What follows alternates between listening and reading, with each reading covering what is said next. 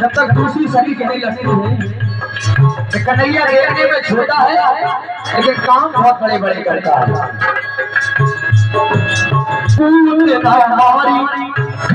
जाने